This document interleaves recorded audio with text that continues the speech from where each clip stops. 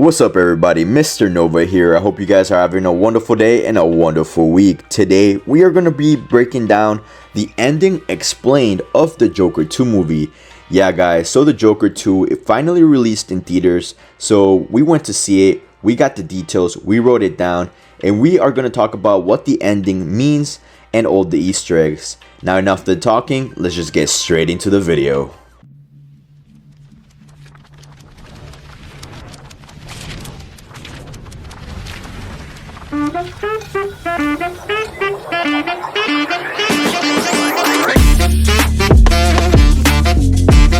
Alright guys, so buckle in because we have a pretty long one here and a lot of details to go over. So in Joker's 2 ending, Arthur made it loud and clear in front of the jury that he wasn't proud of the crimes that he had committed and just wanted a chance to blow up his life so that he could start over. People who wanted Arthur to act and behave like the Joker were disappointed when their very own Messiah deserted them. They finally witnessed the weaker, vulnerable side of Arthur Fleck and decided to leave the courthouse. Lee Kinsale left with them as well, and even though the cult followers of Joker hated Arthur for making such a statement, Arthur had his own reasons for doing so. So Arthur told the jury and the court that the Joker didn't exist. He had been putting up a performance all along, but that was just what he told the jury, and in reality it was very different. The thing is, Arthur's afraid of the guy who had taken charge of his body. Whenever he arrives, someone dies. In Joker's 2 ending, he came across a scene from the first film where Arthur enters a public toilet after shooting the 3 of Wayne's bullies on the subway train. The first film properly suggested that Arthur enjoyed killing those 3 corporate employees. That was his valiant act of cleansing Gotham City.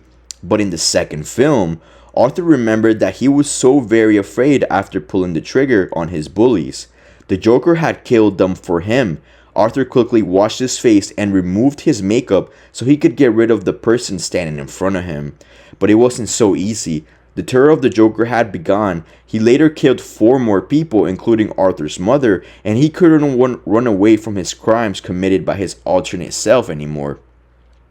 So guys, in the second film as well, an inmate was brutally murdered at the hands of Jackie Sullivan, just because of the statement made by the Joker in the courthouse. It was because of these reasons that Arthur wanted to get rid of the Joker once and for all. And before Arthur could be given the death penalty and put on a chair that end his miseries, one of his followers took his words quite literally and blew up a car right outside of the courthouse. As soon as Arthur came back to his senses, he ran towards his iconic stairs where he believed Lee would be waiting for him. And she was. Arthur ran towards her and asked her to run away with him to spend the rest of their lives in peace. But Lee wasn't there for Arthur. The guy had picked up the wrong signals all along, guys. Lee had always been infatuated by the Joker, his aura, and I don't give a damn attitude. And Arthur was none of that, guys. She had lied about the pregnancy because she wanted Arthur to win the case so that they could bring mayhem to chaos to Gotham City together. Additionally, the Joker had been the most interesting subject for the psychiatrist Lee Kinsale. Arthur, on the other hand, was just a weak man still traumatized by the memories of his childhood. In Joker's 2 ending, Lee called the police and got Arthur arrested. He wasn't going to be given the death penalty, though, as I believe, most of the jurors in the case died during the bomb explosion, so he would have been tried again, but he wasn't killed before it could happen. So if I am to assume, then I think it was Lee who put up that bomb in the courthouse. Maybe as a backup plan to help Joker escape in the case, the jury announced a judgment against him. Or maybe she really wanted to kill Arthur and bury him in that very courthouse where he killed a person she was madly in love with. Lee's obsession with the Joker had always been as simple as it seemed in Todd Phillips' films. She had always been attracted to the Joker's madness and could die and kill just for a glimpse of it.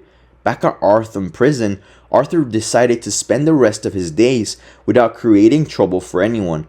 He lost everything in life the moment he decided to give up the Joker, and he believed that it was for the best. He didn't even have the will to go on anymore. That was the moment when a guard informed Arthur that there had been a visitor for him. The film didn't reveal who the mystery visitor was, but it could be speculated that it was probably Lee, who had planned Arthur's murder to take revenge on him for killing the love of her life. Or maybe the entire thing was staged by the guards, who wanted to kill Arthur out of personal vendetta against him.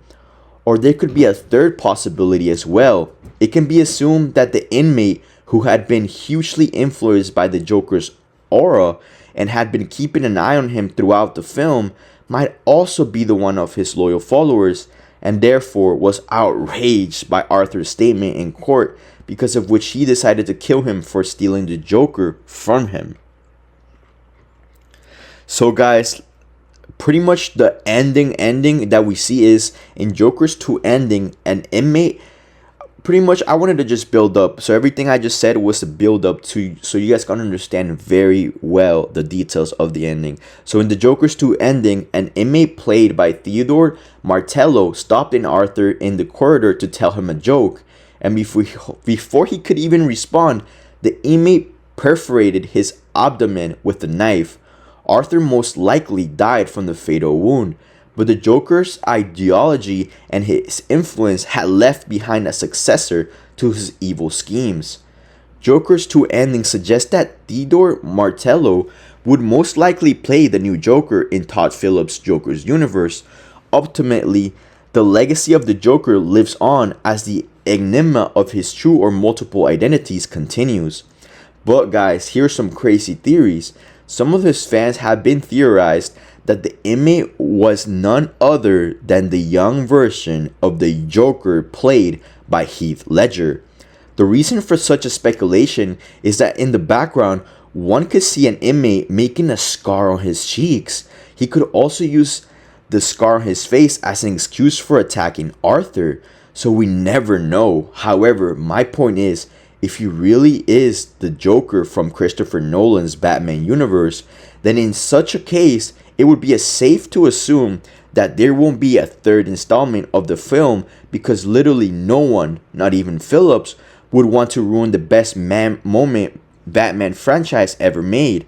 Though it could be possible that Lady Gaga's Lee might get a film of her own that might explore her character and her physique further, but that's just a guess. So guys, this could be pretty much Heath Ledger's Joker origin story of how he truly became the Joker, and pretty much the Joker that we see in Christopher Nolan's Batman universe.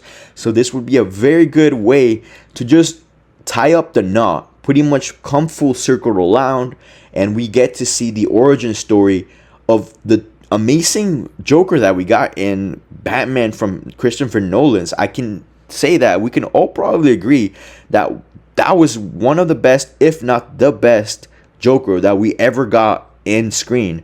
And the fact that he did the scar on his face, it's a very good Easter egg, pretty much, foreshadowing that this is probably the young version of this Joker. And it's just full circle around, like, WTF ending, like, what did I just witness type of deal. But yeah, that's pretty much the deep meaning and details behind the ending of the Joker 2 movie. So guys, I don't know about you, but I really enjoyed the film. It was pretty, I wouldn't say the best.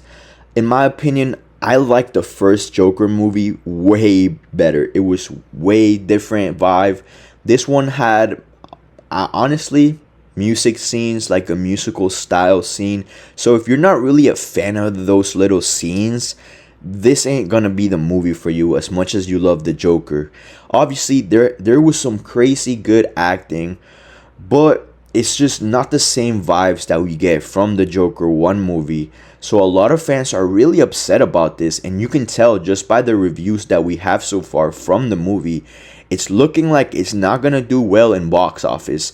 So we are gonna keep an update about the reviews on Rotten Tomatoes and the box office numbers that this will eventually pull.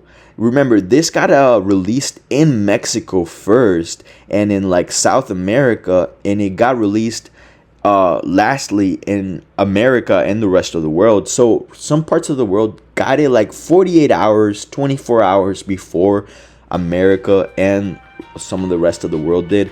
So that's why we have a lot of reviews, a lot of spoilers already, guys. So that's pretty much adds up why there's a lot of reviews and spoilers and like box numbers already being foreshadowed. So I don't know, guys. I feel like they just truly did not want to make a third movie. They truly didn't want to make a third movie at all. So they just ended up killing the Joker. And they're probably gonna monetize on Lady Gaga's Lee Kunsel, aka Harley Quinn's version of her. So they're probably gonna make like a Joker 1 movie version, but of Harley Quinn, aka Lee Kunsel. So we're probably gonna get that in the near future. So keep an eye on that. But I'll keep you guys updated. We do pretty much upload daily videos here. So make sure to come back tomorrow for another interesting video. I really hope you guys enjoyed this breakdown of the ending, guys. If you guys could smash the like button, subscribe, turn notifications on. If I earn your subscription, it would really mean the world. I am trying to hit 20,000 subscribers.